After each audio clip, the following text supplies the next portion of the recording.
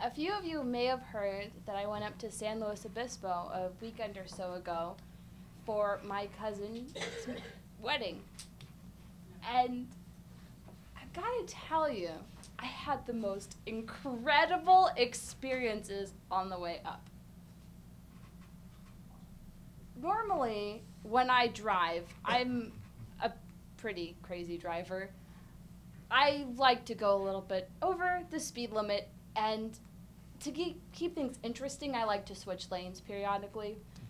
You know, go around cars, and what I really like, my favorite part is feeling like the only person on the road. Really. So I jump around the slow cars and get past them, and then the cars that are way too in front of me, I just say, ignore them.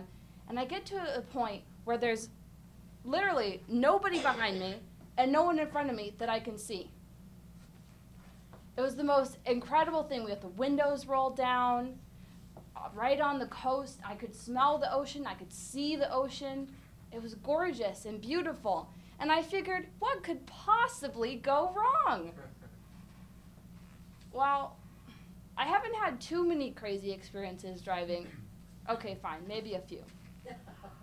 But really, I figured it was a bright, beautiful day, and I'm going to a wedding. There couldn't possibly be anything on the works.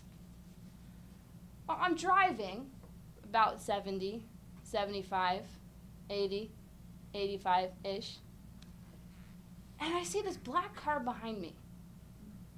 Now, I am personally not a fan of black cars. They're suspicious, especially when you can't see through the window. I don't know what it was about this car, but it really kind of bugged me, especially because there's all this open road, and he had to sit right behind me. Does that ever happen to you? You're driving on the road, and there's this guy that just won't leave you alone. So I moved over into this lane, and he moved over into that lane. A few minutes later, I moved back, and he moved back. What is with this guy? So I'm going about 70 at this point, and I speed up a little bit, and he speeds up a little bit. And then I move over, and I speed up even more, and he follows me.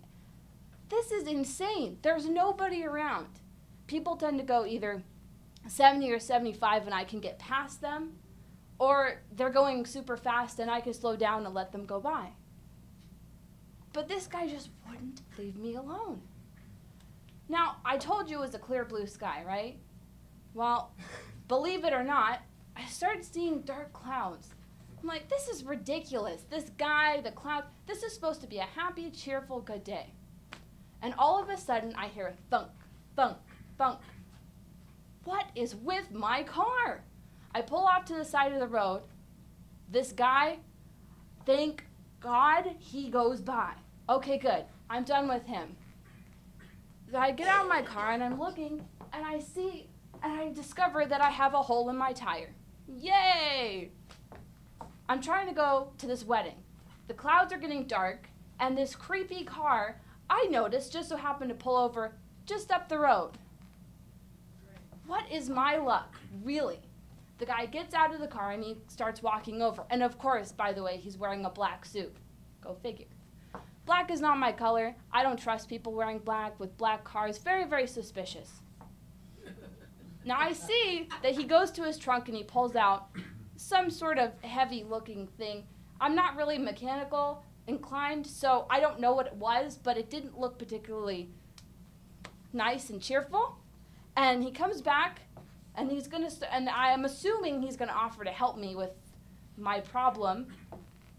And so he says, "Hey, I noticed you pulled over. You know, would you like any help?"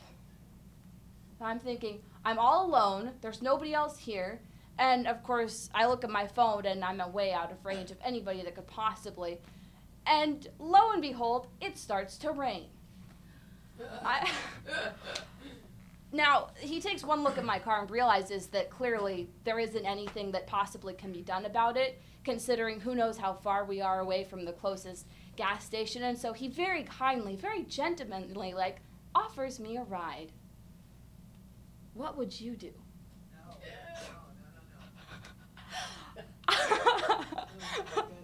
So I'm not sure what the right thing to do would be in this case, because clearly there isn't anything I could do. So I'll leave you with that thought.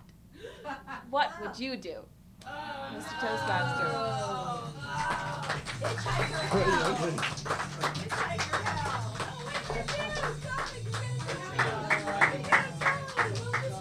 Richard?